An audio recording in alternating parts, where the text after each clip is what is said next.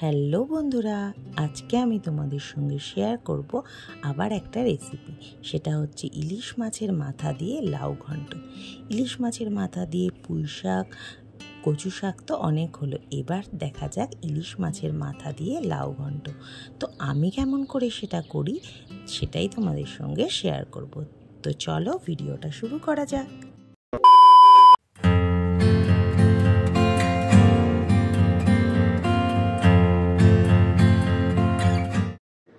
এই লাউ ঘন্ট করার জন্য প্রথমেই যেটা দরকার সেটা হচ্ছে লাউ।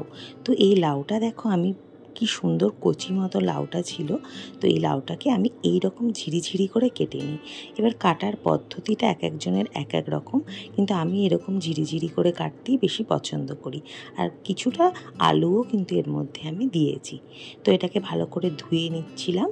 আর এদিকে দেখো, ইলিশ মাছের মাথাগুলোকে আমি নুন আর হলুদ মাখিয়ে রেখে দেবো। তো লাউ ঘন্ট তো অনেকেই অনেক রকম করে করে ইলিশ মাছের মাথা দিয়ে। আমি একটু আলাদা রকমভাবে করব, যাতে নিরামিষ এবং আমিষ দুজনেই এইটা খেতে পারে। যেহেতু আমার বাড়িতে নিরামিষের খাবার লোক রয়েছে, তাই আমাকে এমনভাবেই এই রান্নাগুলো করতে হয় যাতে নিরামিষ যে আছে, আমার শাশুড়ি মা, তিনিও এটা খেতে পারেন বা আমরাও সবাই এটা খেতে পারি। তো তোমাদেরকে সেই পদ্ধতিটাই দেখাবো, তাই লাস্ট পর্যন্ত দেখো, ভিডিওটা কেউ স্কিপ করো না। আর এদিকে দেখো, কথা বলতে বলতে তোমাদের সঙ্গে আমি লাউটা ভাপিয়ে নিয়েছি কড়াইয়ের মধ্যে। তো এটাকে ভালোভাবে জল ঝরতে দিয়েছি। আর এদিকে কড়াইয়ের মধ্যে তেল দিয়ে তার মধ্যে শুকনো লঙ্কা আর তেজপাতা ফোড়ন দিয়েছি। এর মধ্যে কিন্তু একটু পাঁচ ফোড়ন দিলেও ভালো লাগে, কিন্তু আমি ভিডিও করতে করতে একদম ভুলে গেছি সেটা দিতে। আর তার মধ্যে দিয়ে দিলাম কয়েক টুকরো টমেটো আর হচ্ছে আদা বাটা। আর যেহেতু মশলাটা যাতে পুড়ে না যায়, তার জন্য একটু জলও দিয়ে দিয়েছি। আর দিয়ে দিয়েছি সামান্য জিরে গুঁড়ো আর হলুদ গুঁড়ো দিয়ে এটাকে ভালো করে একটু কষিয়ে নেব।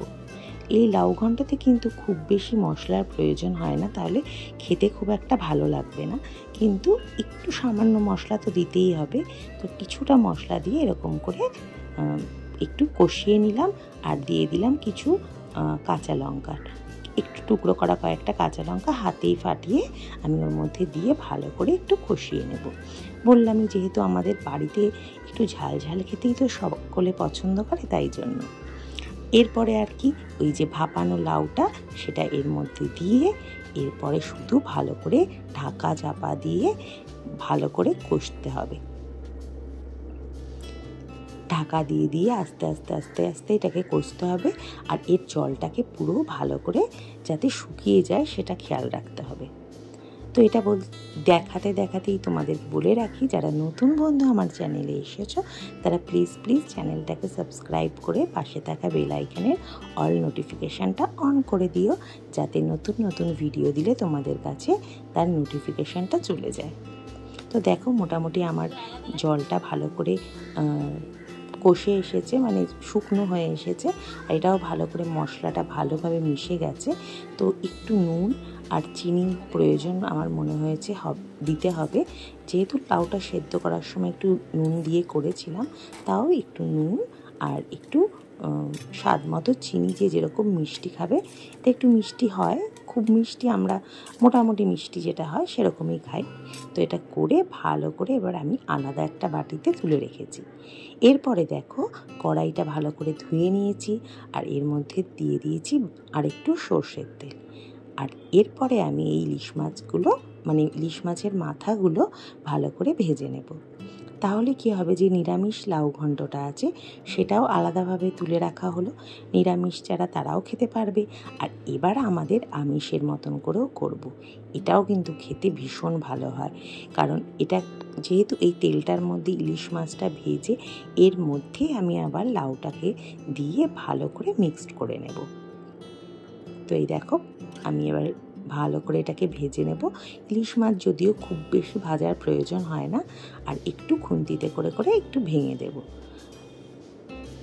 খুব বেশি ভাঙবো না, কারণ এতে আবার প্রচুর কাটা থাকে, তাই হালকা করে অল্প ভেজে দেবো, যাতে একটু মিক্স করা যায় আর ভালোও লাগে খেতে। তো তো এই দেখো মোটামুটি হয়ে গেছে। এরপরে এই লাউটা দিয়ে আমি আরও ভালো করে মিক্সড করে নেব। তো তোমাদের কেমন লাগলো বলো এই পদ্ধতিটা?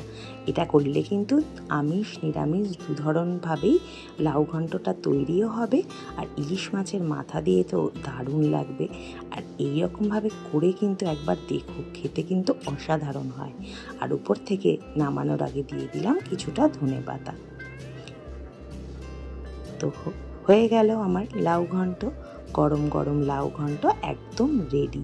তো ইলিশ মাছের সিজনে এইরকমভাবে একবার লাউ ঘন্ট করে দেখো, আর কমেন্ট করে জানিও যে কেমন লাগলো তোমাদের। তো চলো আজকের মতো আমি ভিডিওটা এখানেই শেষ করলাম। যদি ভিডিওটা ভালো লাগে লাইক কমেন্ট শেয়ার করতে কিন্তু ভুলো না। চলে আসবো আবার নেক্সট ভিডিও নিয়ে। টাটা।